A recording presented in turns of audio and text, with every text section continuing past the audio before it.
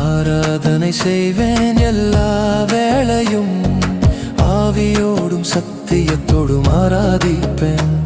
என் உயிருக்கு உயிரான இயேசுவுக்கே, என்னை மீட்ட அன்பு இயேசுவுக்கே.